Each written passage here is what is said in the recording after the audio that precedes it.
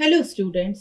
सी plus plus programming language की series में हमने जो लास्ट लेक्चर पढ़ा था वो था हमारा लूप्स के बारे में।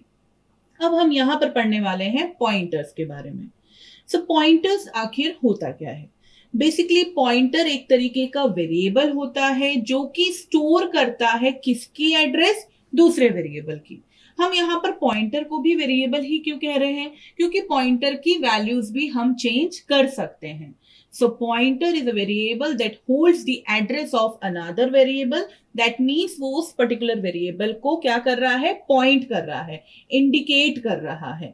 So आप मान लीजिए आपके पास अगर एक वेरिएबल है यहाँ पर a और इस वेरिएबल की वैल्यू है 10 और इस वेरिएबल का एड्रेस हमने लिखा है 750 मानने के लिए। तो हमने एक पॉइंटर बनाया, पॉइंटर p। ये क्या होल्ड करेगा? इसके अंदर क्या वैल्यू रहेगी? इस वेरिएबल a का एड्रेस, दैट मीन्स 750। ठीक है। So pointer holds the address of the another variable, या फिर आप कह सकते हो pointer points the another variable. यहां पर पॉइंटर p पॉइंट कर रहा है a वेरिएबल को। ये कहलाता है हमारा पॉइंटर, और ये होती है बेसिक डेफिनेशन पॉइंटर की। अब पॉइंटर को हम किस तरीके से डिक्लेयर करते हैं? हम लिखते हैं एक डेटा टाइप,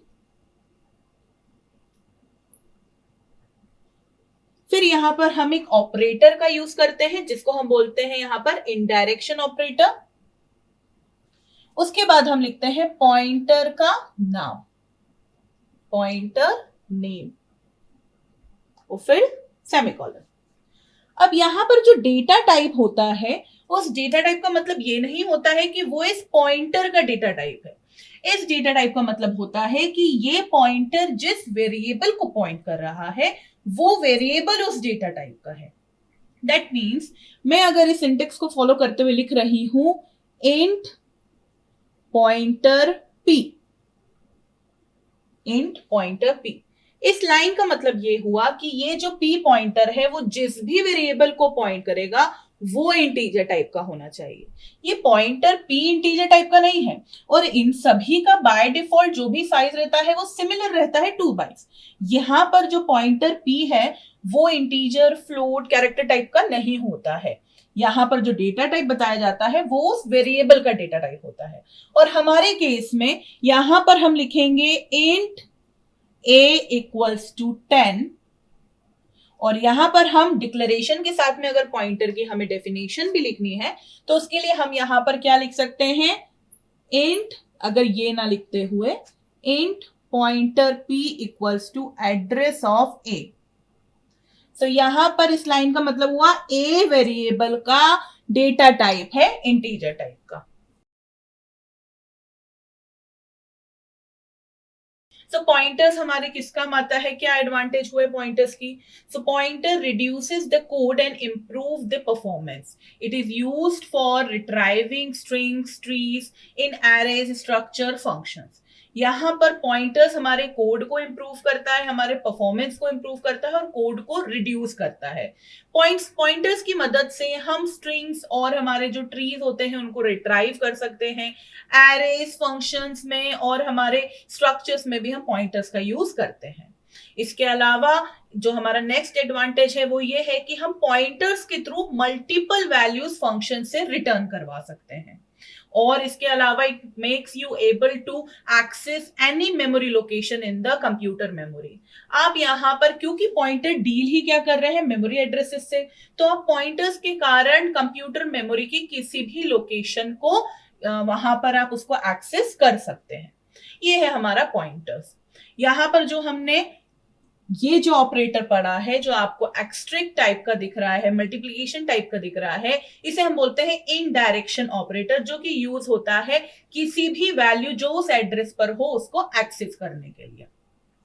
नेक्स्ट यहां पर जो आपने इस ऑपरेटर को देखा है, एड्रेस ऑपरेटर, जिसका हमने उपयोग स्कैनएफ के टाइम पर भी करा था यूजर से इनपुट लेने के लिए। तो इस पर्टिकुलर ऑपरेटर का मतलब होता है यूजर से हम यहां पर इस पर्टिकुलर वेरिएबल का एड्रेस सेव कर रहे हैं पॉइंटर p में, तो इसलिए हम इसको बोलते हैं एड्रेस ऑपरेटर।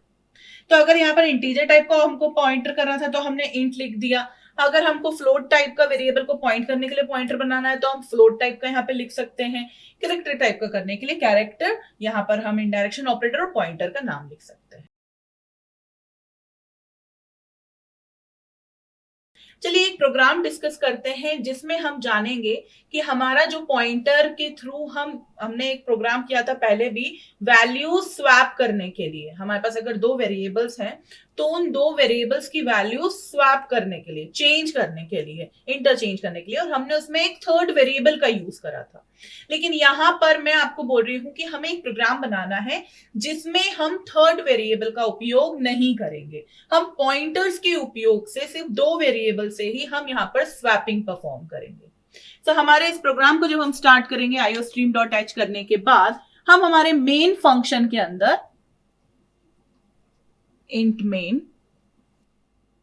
यहां पर सबसे पहले हमें दो वेरिएबल्स बनाने पड़ेंगे जिनकी वैल्यूज हम एक्सचेंज करने वाले हैं। सो पहला वेरिएबल मैंने बना दिया a नाम का, जिसको वैल्यू मैंने दे दी 10। दूसरा वेरिएबल मैंने बना दिया b नाम का, जिसको मैंने वैल्यू दे दी 20। अब मैं यहां पर दो पॉइंटर्स बना रही हूं। पहला पॉइंटर है मेरा p1 नाम का, जो कि होल्ड कर रहा है a का एड्रेस। दूसरा पॉइंटर बनाने के लिए यहां पे एस्ट्रिक यूज करेंगे। दूसरा पॉइंटर है p2 नाम का, जो कि होल्ड कर रहा है b का एड्रेस। तो यहां पर p1 पॉइंटर होल्ड कर रहा है a का एड्रेस, p2 पॉइंटर होल्ड कर रहा है b का एड्रेस। तो अगर इसको डायग्रामेटिक वे में समझें तो ये अगर a है, 10 वैल्यू है, और इसकी यहां पर है 1000, हमने एड्रेस ले ली, तो ये हमारा p1 पॉइंटर है जिसके पास 1000 एड्रेस है। इसके बाद हमारे पास ये b है जिसमें 20 वैल्यू है, और ये हो गया हमारा p2 पॉइंटर। तो इसकी अगर 800 एड्रेस हुआ तो यहां पर रहेगा 800। फाइन। अब हमको आउटपुट किस तरीके का चाहिए? हमें आउटपुट चाहिए, पहले तो लिखा है जो स्वैपिंग करने से पहले की वैल्यूज क्या है। दैट मीन्स यहां पर लिखा है before swapping, so a equals to 10, b equals to 20। इसके बाद प्रिंट आए आफ्टर स्वैपिंग, सो यहां पे लिखा है a इक्वल्स टू 20 और b इक्वल्स टू 10। इस प्रकार का हमारा आउटपुट जनरेट होना चाहिए। तो इसके लिए अब हम क्या करेंगे? हमारा जो लॉजिक वहां पर था क्या था? हम लिखते थे first variable equals to a plus b। Next हम क्या लिखते थे? b इक्वल्स टू, b की वैल्यू में हम क्या कर रहे हैं? हम a की वैल्यू को पुट करना है, और a की वैल्यू में हमको b की वैल्यू को पुट करना है। तो अब a की वैल्यू यहां पर क्या हो गई है इस लाइन पर? a plus b, that means 30 हो गई है। b में हमको क्या शिफ्ट करना था? b की अभी भी वैल्यू 20 ही है, बट b में हमको a की वैल्यू को स्वैप करना है। तो इसके लिए हम यहां क्या करेंगे? a minus b, right. और फिर उसके बाद b की वैल्यू अब क्या हो चुकी है? 10 हो चुकी है। तो हम यहां पर लिखेंगे, और जो हमारी a की वैल्यू है वो अभी क्या है? 30 है, और b की वैल्यू 10 है। तो हम फिर से यहां लिखेंगे a माइनस b। तो इस पॉइंट पर a की वैल्यू हमारे पास आ गई 30, इस पॉइंट पर b की वैल्यू हो गई 30 माइनस 20, दैट मीन्स 10 हो गई, और यहां पर इस पॉइंट पर a की वैल्यू हो गई 30 माइनस 10, दैट मीन्स 20 हो गई। ये हमारा कंसेप्ट बिना थर्ड वेरिएबल का हम इस तरीके से भी कर सकते थे। लेकिन यहां पर अगर हम पॉइंटर्स के थ्रू करना चाहें, हम यहां पर मेमोरी लोकेशंस का यूज करके करना चाहें, तो क्या करेंगे? इसी कॉन्सेप्ट को पॉइंटर्स के रूप में लगा देंगे। किस प्रकार? Pointer p1 equals to pointer p1 plus pointer p2, pointer p2 equals to pointer p1 minus pointer p2, pointer p1 equals to pointer p1 minus pointer p2। Fine. So ये calculation perform करने से पहले हम यहां पर एक सी out लगा देंगे जिसमें हम प्रिंट करा देंगे a और b की वैल्यूज को। ये कैलकुलेशंस परफॉर्म करने के बाद हम एक और सी आउट कर देंगे जिसमें हम प्रिंट करा देंगे आफ्टर स्वैपिंग, और क्योंकि न्यू लाइन से हो रही है तो एंड एल का यूज करेंगे, और वैल्यूज हम प्रिंट करा रहे हैं a इक्वल्स टू, हमने यहां पर a की वैल्यू प्रिंट कराया, मैं यहां कंटिन्यू कर रही हूं, b इक्वल्स टू, और हमने b की वैल्यू प्रिंट कराई, और यहां पे हमारा प्रोग्राम ओवर हो गया है। सो यहां पर हमने पॉइंटर्स की मदद से बिना थर्ड वेरिएबल के वैल्यूज को हमने यहां पर स्वैप करवा दिया है। अब यहां पर पॉइंटर्स में जाने के लिए हमारे पास पॉइंटर अर्थमेटिक होता है, स्ट्रिंग पॉइंटर्स होते हैं, एरे टू पॉइंटर्स होता है, फंक्शंस में पॉइंटर्स होते हैं। ये सभी कुछ हमने सी प्रोग्रामिंग लैंग्वेज के टॉपिक 8 में अच्छे से एक्सप्लेन किया है। तो आप वहां जाकर उन पॉइंटर्स का पूरा टॉपिक अच्छे से पढ़ सकते हैं, वहां रेफर कर सकते हैं और ब्रीफली समझ सकते हैं कि पॉइंटर्स का यूज किस प्रकार से करते हैं। और हमने इसको इम्प्लीमेंट भी किया है हमारे टर्बो C++ एडिटर पर। अब पॉइंटर से रिलेटेड कुछ और बातें हम जान लेते हैं। सबसे पहले हमें जानना है नल पॉइंटर। सो यहां पर नल पॉइंटर क्या होता है? जो भी पॉइंटर किसी भी वैल्यू को, एड्रेस को पॉइंट नहीं करता है या फिर किसी वैलिड एड्रेस को पॉइंट नहीं करता है, तो वो कहलाता है यहां पर नल पॉइंटर। नेक्स्ट हमारे पास होता है यहां पर इनवैलिड पॉइंटर्स। जब भी कोई पॉइंटर किसी वैलिड एड्रेस को पॉइंट नहीं करता है या फिर वो वैलिड एड्रेस को पॉइंट ना करते हुए भी हमने कोई पॉइंटर बना दिया है, तो वो कहलाता है इनवैलिड पॉइंटर। अब इसके केस में हमारे पास किस तरीके के एग्जाम्पल हो सकते हैं? मान लीजिए यहां पर मैंने एक पॉइंटर बना दिया, पॉइंटर ptr1, और मैंने इसको इनिशियलाइज नहीं करा, तो ये क्या हो गया? Invalid pointer.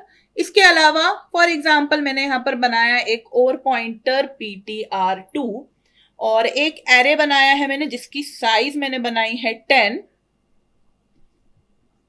और मैंने क्या करा है यहां पर पॉइंटर ptr2 की वैल्यू में क्या रखा है यहां पर ARR +20। दैट मीन्स ये आउट ऑफ बाउंड हो गया है। दैट मीन्स ये एरे की लिमिट से बाहर की एड्रेस हमने इसमें सेव करी है, तो ये भी क्या हो गया? एक इनवैलिड पॉइंटर हो गया। नल पॉइंटर किस तरीके से होगा? Int ptr equals to 0। ये क्या हो गया? Null pointer. या फिर डायरेक्ट आप नल कीवर्ड का भी यूज कर सकते हैं इस तरीके से।